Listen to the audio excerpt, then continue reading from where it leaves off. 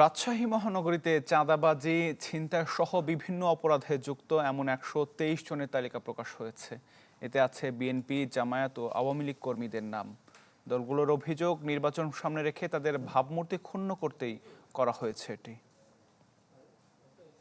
৫ August পরবর্তী দেশের বিভিন্ন স্থানে চাঁদাবাজির অভিযোগ এখন গণমাধ্যমের শিরোনাম, যেখানে অভিযুক্তের তালিকায় বেশিরভাগই বিএনপির নেতাকর্মী। সম্প্রতি ১২৩ জন চাঁদাবাজের তালিকা প্রকাশ হয়েছে রাজশাহীতে। সেখানে ৮ নম্বরে রয়েছে রাজশাহী সিটি কলেজ ছাত্রদলের সদস্য সচিব এমদাদুল হক লিমন।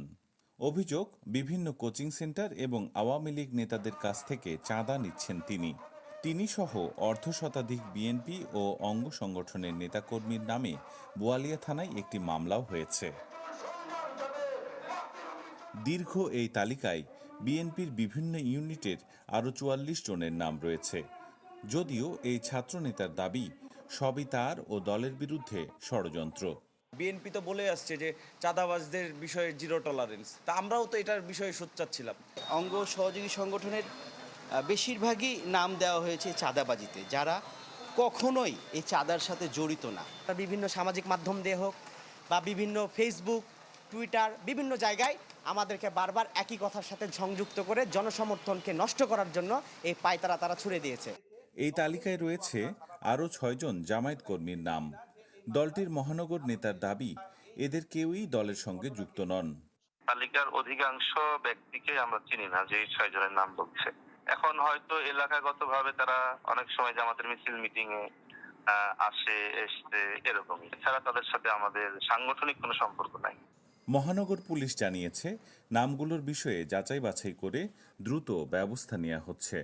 এখানে যেইগুলো নাম আছে, যেগুলো দেখেছি, আমরা এদের সম্পর্কে খোঁজখবর নিচ্ছি। যদি প্রকৃতপক্ষে সত্যিকারের অর্থেই এর মাঝে কোনো চাঁদাবাজের নাম থেকে থাকে, আমরা সেগুলো যাচাই বাছাই করে তাদের বিরুদ্ধে সুনির্দিষ্ট অভিযোগ থাকলে কেবল ব্যবস্থা নেব।